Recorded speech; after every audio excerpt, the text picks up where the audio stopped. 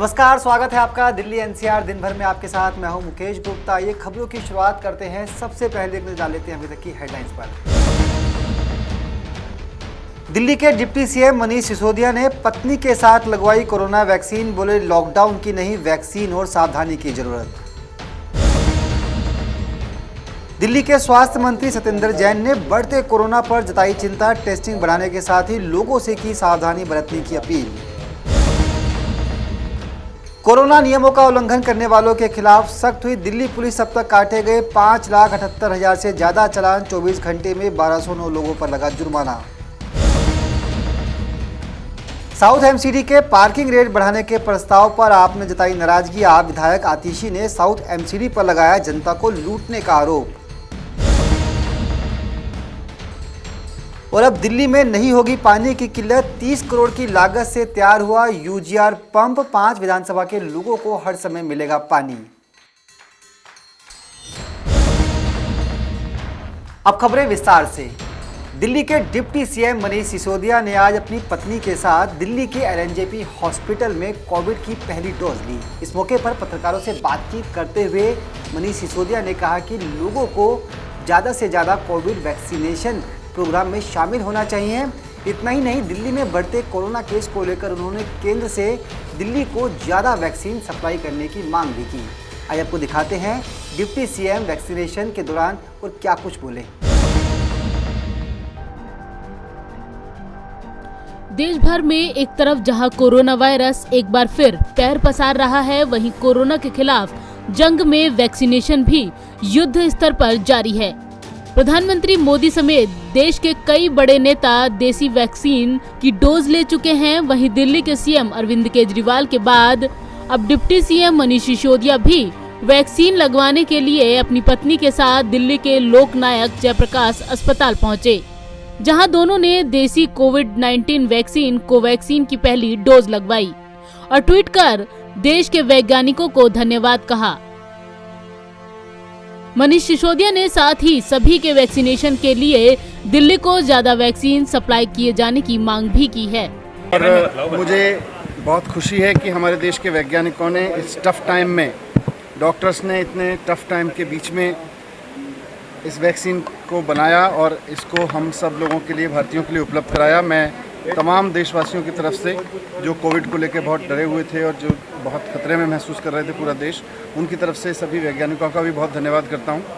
और मैंने और मेरे परिवार ने आज कोवैक्सीन का टीका लगवाया है और हम उम्मीद करते हैं कि सब ठीक रहेगा और इसी तरह से कहीं कोई प्रॉब्लम नहीं है।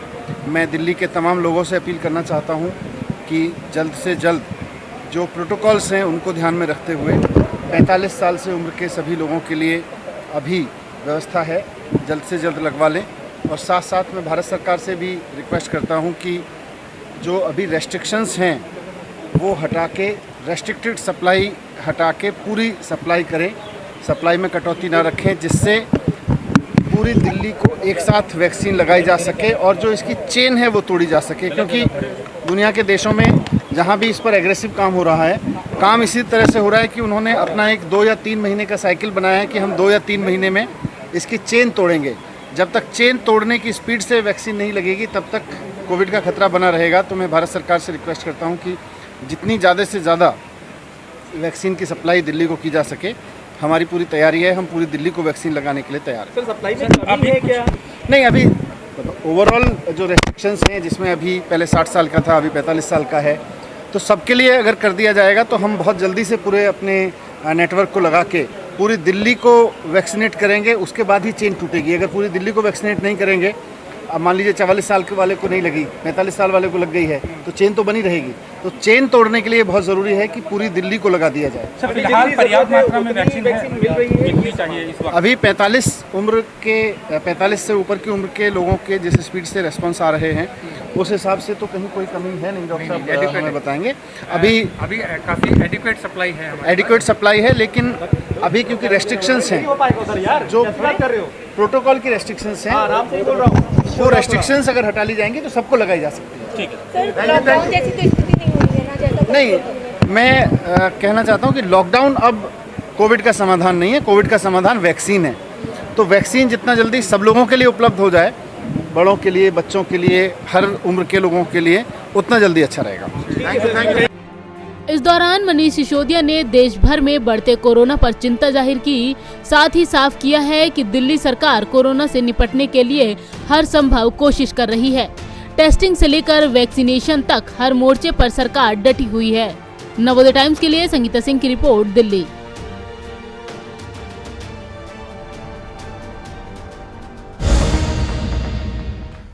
दिल्ली के स्वास्थ्य मंत्री सत्येंद्र जैन ने दिल्ली में बढ़ते कोरोना केस को लेकर चिंता जताई है। एक तरफ जहां उन्होंने लोगों से कोरोना से जुड़े हुए नियमों का सख्ती से पालन करने की बात कही है, तो वहीं दूसरी तरफ दिल्ली में टेस्टिंग की बढ़ती संख्या को लेकर साफ किया है कि दिल्ली सरकार लोगों के स्वास्थ्य के साथ किसी भी तरह का समझौता करने के लिए तैयार नहीं है। ऐसे में कोरोना को लेकर सरकार हर स्तर पर संभव प्रयास कर रही है। 3594 पॉजिटिव केसेस आए थे। टेस्ट जो किए गए वो 87,000 से ज़्यादा टेस्ट किए गए। पॉजिटिविटी 4.11%, 4% के करीब चल रही है।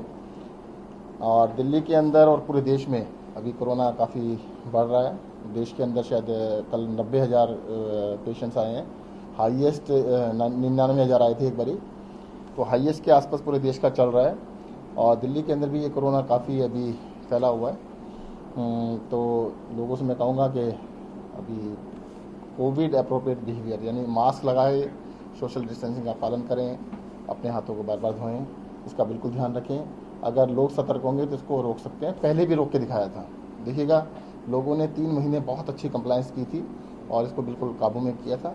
अगर फिर से कंप्लायंस करेंगे तो जरूर इसको कम कर सकते हैं। Sir, are you okay with the testings that are happening? और दूसरा क्या है जो आप और मेजर्स क्या ले सकते हैं दिल्ली? देखिए, टेस्टिंग के लिए मैं बता दूं, दिल्ली के अंदर कल का नंबर है 87,505, 87,705। पूरे देश में किसी भी राज्य ने पर मिलियन के हिसाब से जो भी एवरेज है उससे हम 5 गुना ज़्यादा टेस्ट कर रहे हैं, सबसे ज़्यादा टेस्ट कर रहे हैं। तो दिल्ली के अंदर जो टेस्टिंग है एक्सपर्ट्स के हिसाब तो 40-50 हज़ार होनी चाहिए मैक्सिमम, तो हम उससे दुगनी टेस्टिंग कर रहे हैं। टेस्टिंग तो बहुत ज़्यादा कर रहे हैं। टेस्टिंग का ट्रेसिंग भी कर रहे हैं हम लोग, जो उनके कॉन्टैक्ट्स हैं उनको ट्रेस कर रहे हैं, आइसोलेट भी कर रहे हैं। तो पूरी जो हमारी मुहिम है उसको कर रहे हैं। जो एक पॉजिटिव मिलता है उसके पूरे परिवार को टेस्ट किया जाता है, उनके जितने कॉन्टैक्ट हैं उनको ट्रेस किया जाता है, उनको टेस्ट किया जाता है। तो वो पूरा कर रहे हैं हम लोग। सर, मेजर्स क्या ले सकती है दिल्ली गवर्नमेंट और क्या लेना चाहिए? नहीं, दिल्ली सरकार देखिए पूरे मेजर्स ले रही है कि अस्पतालों के अंदर हमने बेड्स बढ़ाए हैं। प्राइवेट हॉस्पिटल्स में जो 33 बड़े हॉस्पिटल्स हैं, आईसीयू बेड्स भी बढ़ाए हैं। और अभी ऑक्यूपेंसी जो है 1/3 के करीब बेड हमारे ऑक्यूपाइड हैं। 2/3 बेड्स अवेलेबल हैं दिल्ली के अंदर। दिल्ली पूरी तरह सतर्क है और जैसी भी सिचुएशन होगी उसके हिसाब से एक्शन जरूर लेंगे। सर, कंटेनमेंट जोन की संख्या 2000 से अधिक हो गई, 2338 पे पहुंच गई है। सबसे ज्यादा दक्षिणी दिल्ली में है। क्या दक्षिणी दिल्ली और पॉश इलाके जो है उसमें ज्यादा कोविड फैल रहा है इस बार? देखिएगा, हाँ, ये बिल्कुल ठीक कह रहे हैं आप। ऐसा ट्रेंड देखने में आ रहा है कि थोड़ा सा जो upper class, upper middle class या मिडिल क्लास, थोड़ा सा अपर वाले एरिया, उनमें ज़्यादा दिखने में आ रहा है। कारण क्या है सर इसका? क्या लगता है? देखिएगा, इसे तो कारण तो कहना बड़ा मुश्किल है, बट जो लोगों से बातचीत हुई है ऐसा लगता है कि शायद जितने भी कंजस्टेड एरियाज थे या स्लम्स थे उसमें शायद दिल्ली के अंदर पहले ही सबसे फर्स्ट फेज के अंदर सेकंड फेज में बहुत ज़्यादा हो चुका था। लेकिन जो गैप है वो बहुत ज़्यादा हो रहा है। जैसे 1000 गैप पे आपने चिंता व्यक्त की थी, अब 2000 को पार कर रहे हैं। देखिएगा, अभी जो देखने में आ रहा है, जो ये वाला वायरस जो फैल रहा है अभी, जिस तरह से फैल रहा है, जिस तरह बिहेव कर रहा है, इसकी बढ़ने की संख्या बहुत तेज है। अब देखने में आ रहा है एक परिवार में एक नहीं मिलेगा, पूरा परिवार मिल रहा है। तो पहले क्या होता था, एक परिवार में अगर 6 लोग हैं तो 2 हो गए, 4 रह गए, या 3 हो गए, 2-3 रह गए, या 1 हो गया, बाकी रह गए। अब जो हो रहा है कि एक परिवार में अगर 5 लोग हैं तो 5 के 5 हो रहे हैं। तो उस तरह से केसेस बंचेस में थोड़ा ज़्यादा आ रहे हैं। और परंतु अभी तक देखने में ये भी आ रहा है कि ये सीवियर कम हो रहे हैं केस, पहले की तरह ज़्यादा सीवियर नहीं हो रहे हैं, और डेथ भी इसके अंदर कम है। दिल्ली में नहीं, पूरे देश के अंदर भी ट्रेंड ऐसा ही चल रहा है। जैसे आप केरल में देख लीजिएगा, वहाँ पर काफ़ी ज़्यादा फैला, बहुत तेज़ी से फैला, बट सीवियरिटी कम है। सख्ती बरतने की बात आप जो लोग कर रहे थे बाहर में, मार्केट में, जी बिल्कुल कहते हैं। देखिएगा, दिखाई नहीं दे रहा है, भीड़ बहुत ज़्यादा है, क्योंकि ये तो देखो दोनों चीज़ें साथ साथ चलानी पड़ेगी। लोगों को हमें अपील भी करनी पड़ेगी। अब दिल्ली के अंदर सख्ती तो कर रहे हैं, पर सख्ती करने से भी आप समझते हैं कि 100 लोग, दिल्ली के 2 करोड़ की आबादी है। हम अपील करेंगे सब लोग मास्क लगाएं। अगर मास्क नहीं लगाएंगे तो आपको अपने आप को नुकसान होगा। मैं फिर से बताता हूँ, कई लोग कहते हैं मुझे फ़र्क नहीं पड़ता, हो सकता है ना फ़र्क पड़े, परंतु अगर आप पॉजिटिव हो गए, आपके घर में आपके बच्चे हैं, आपके पेरेंट्स हैं, उनको हो सकता है, भाई उनकी चिंता तो कर लो ना। कई लोग कहते हैं मुझे फ़र्क नहीं पड़ता। हाँ, आप यंग हैं, आप हेल्दी हैं, आपको फ़र्क नहीं पड़ेगा, परंतु आप कैरियर बन सकते हैं, दूसरों को उससे आपके परिवार को, आपके जानकारों को नुकसान हो सकता है। तो सबको इसकी केयर करने की आवश्यकता है। और मैं मानता हूँ, देखिएगा 3 महीने तक दिल्ली ने इतनी बढ़िया कंप्लायंस की थी, अब फिर से मैं अपील करता हूँ कि फिर से ऐसी कंप्लायंस करके दिखाएं, ये बिल्कुल काबू में आ जाए। सर, कंटेनमेंट जोन की क्या स्ट्रेटजी होती है, कैसे वो कंटेन करते हैं, और क्या फिर से रीडिजाइन करने की जरूरत आपको लग रही है? नहीं, देखिए कंटेनमेंट जोन के अंदर एक ही जगह पर अगर 2 या 3 केस आ जाते हैं तो कंटेनमेंट जोन बनाया जाता है, उस एरिया को सील कर दिया जाता है। मुझे लगता है इससे स्ट्रिंजेंट करने की तो जरूरत नहीं है। सर, कल जो हेल्थ मैनेजमेंट सिस्टम की बात की, जिस पर कल चर्चा हुई मीटिंग में, ये क्या सर, इसका क्या एक्शन प्लान तैयार किया है सरकार ने? अभी हाल में बेड्स बढ़ाए थे, क्या आगे को लेकर? नहीं, देखिए हमने तैयारी कर ली है, नेक्स्ट आगे कई फेजेस के लिए। अगर मान लो केसेस बढ़ते हैं तो हम और बढ़ाएंगे। अभी हमने प्राइवेट हॉस्पिटल्स में 15% हमने बेड कर दिए थे, कम करते करते। सो आपको ध्यान होगा, पहले 60% रिजर्व थे, जब डीएस्केलेट किया तो उसको कम करते करते हम 15% पे आए। तो एस्केलेशन प्लान में हमने 25% किया है। अगर फर्दर करना होगा तो फिर 40 करेंगे, फिर 50 करेंगे, फिर 60 करेंगे। पूरा प्लान बना के रखा हुआ है, बट उसको ट्रिगर तभी करेंगे जब एक स्टेज पे पहुंचेंगे। आज भी हमारी ऑक्यूपेंसी जो है दैट इज़ वेल बिलो 50%, मतलब 35, 36, 37% है। तो जैसे जैसे अगर ऑक्यूपेंसी बढ़ेगी तो जरूर हम बेड बढ़ा देंगे।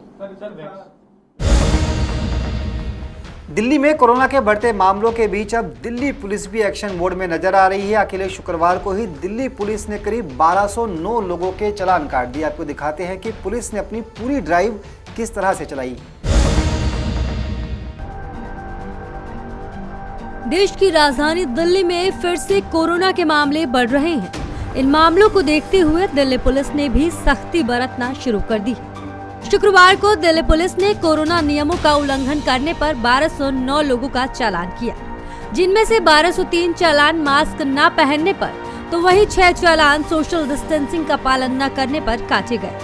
दिल्ली पुलिस कोरोना को लेकर शुरू से चालान काट रही है।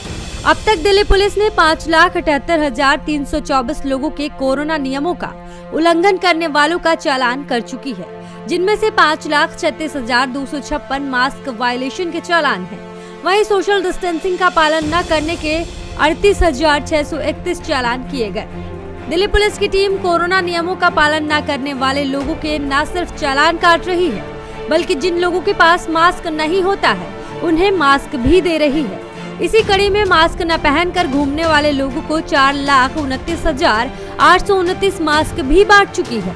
दिल्ली पुलिस का कहना है कि कोरोना के इस जंग को अगर जीतना है तो आम जनता को खुद भागीदारी करनी होगी, क्योंकि सिर्फ दिल्ली पुलिस और सरकार की सख्ती और कोशिश से इस कोरोना की लड़ाई को नहीं जीता जा सकता।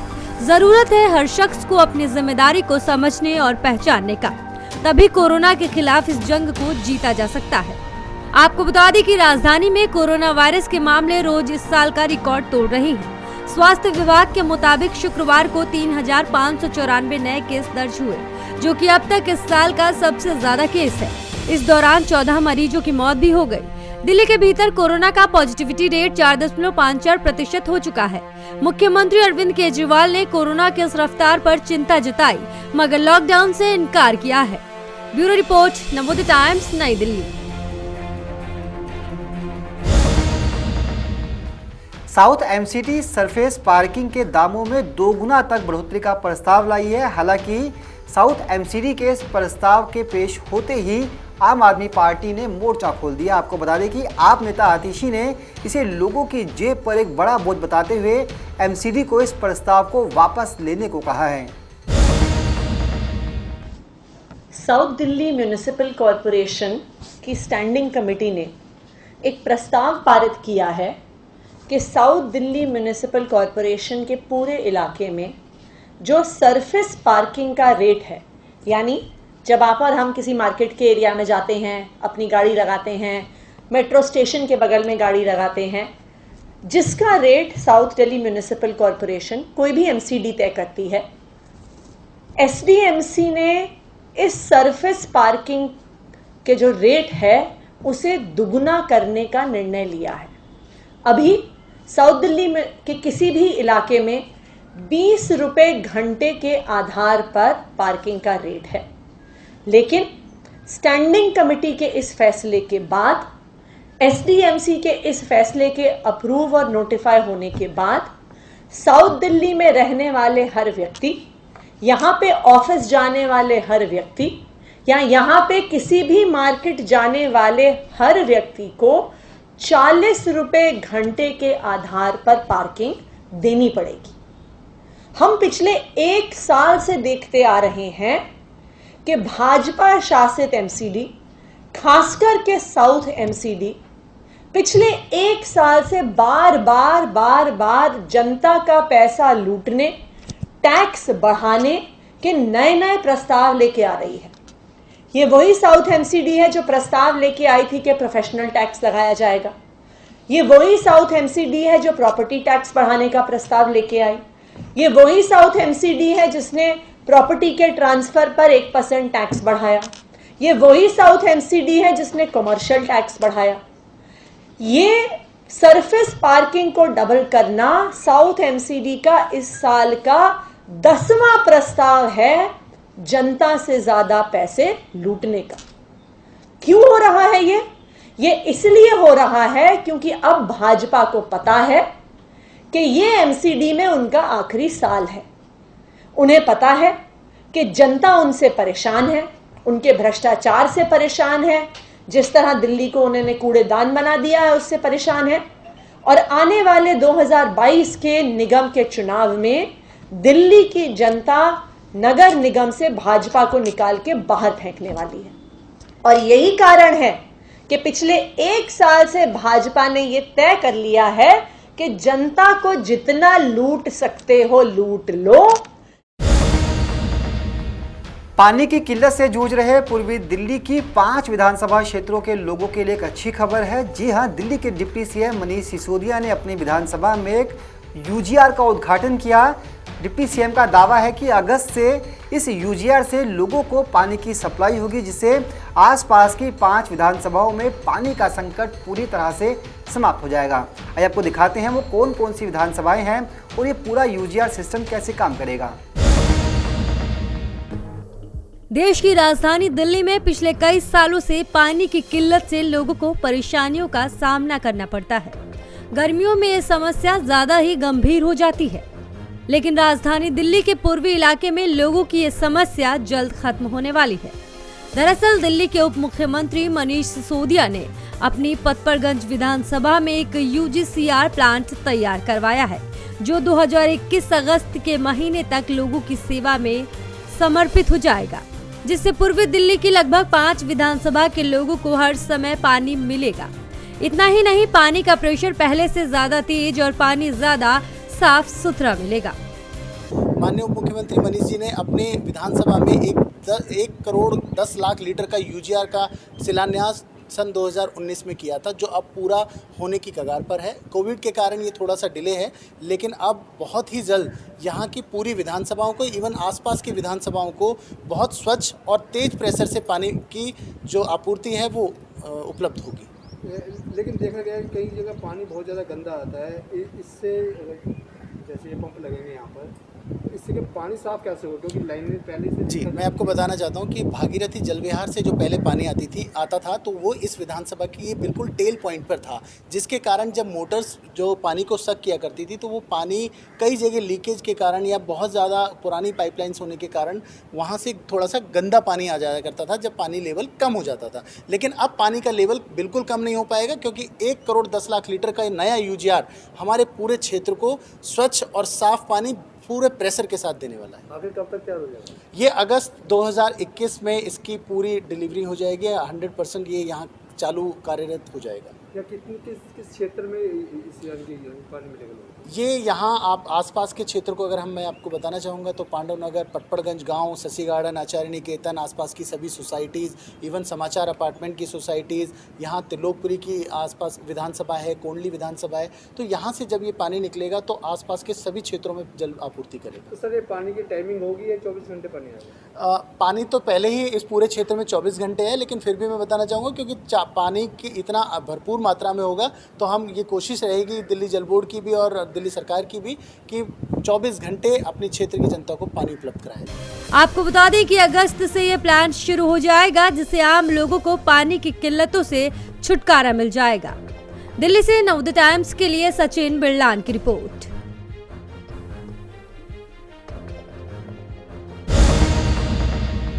तो ये थी दिल्ली एनसीआर से जुड़ी हुई तमाम बड़ी खबरें। फिलहाल के लिए इस बुलेटिन में इतना ही। मुझे दीजिए इजाजत। नमस्कार।